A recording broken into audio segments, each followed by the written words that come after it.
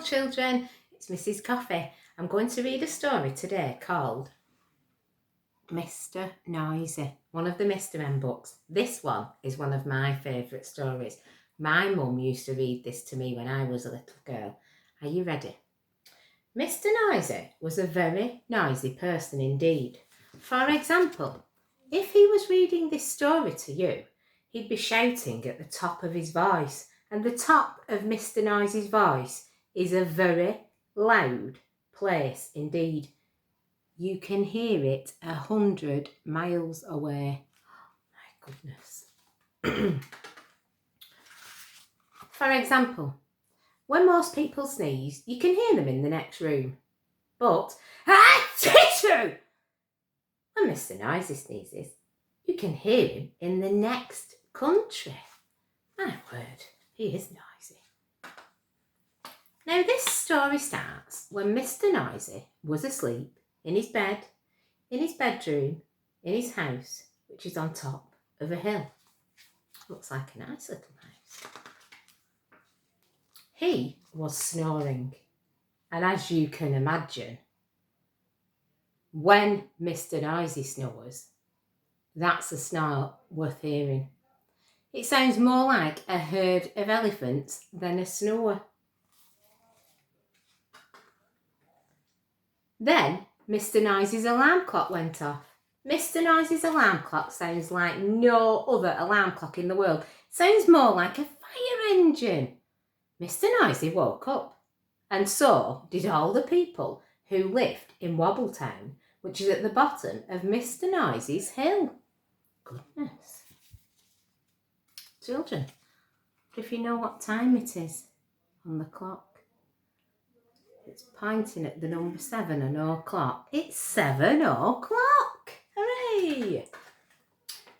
Later that day, Mr Noisy decided he had to go shopping. He went out of his house, shutting the door behind him. Bang! The door wobbled. The house wobbled. The whole hill wobbled. Wobbletown wobbled. Even a bird flying high in the sky above wobbled too. My goodness, Mr Noisy. Then Mr Noisy walked down the hill. Clump, clump, clump. He walked into the baker's shop. Crash went the door as he opened it. Bang went the door as he shut it. I'd like a loaf of bread, boomed Mr Noisy to Mrs Crumb, the baker's wife. Mrs Crumb trembled and sold him a loaf. Oh dear, she's frightened of him, children. Then Mr Noisy walked along the street to the butcher. Clump, clump, clump. He walked into the butcher's shop. Crash went the door as he opened it. Bang went the door as he shut it. I'd like a piece of meat, boomed Mr Noisy. Mr Bacon, the butcher, trembled and sold him some meat. Oh, goodness me. Afterwards, Mrs Crumb and Mr Bacon met in the street. We really must do something about Mr Noisy being so noisy, she said. Absolutely, replied Mr Bacon. But what? I know, said Mrs Crumb, and she whispered in Mr Bacon's ear. Mr Bacon smiled a small smile, which grew into a broad grin. Mrs Crumb, he said, I think you have the answer. Gosh, wonder what he whispered. Do you think we'll find out? The following day, Mr Noisy again went shopping down to Wobbletown. Clump, clump, clump. He went into Mrs Crumb's shop. I'd like a loaf of bread, he boomed. Sorry? What did you say? Asked Mrs Crumb, pretending not to hear. I'd like a loaf of bread, said Mr Noisy, shouting. Sorry, said Mrs Crumb, putting her hand to her ear. Can you speak up, please? I'd like a loaf of bread, roared Mr Noisy. I can't hear you, replied Mrs Crumb. Mr Noisy gave up and went out. Gosh. Mr Noisy went into Mr Bacon's shop. I'd like a piece of meat, he boomed.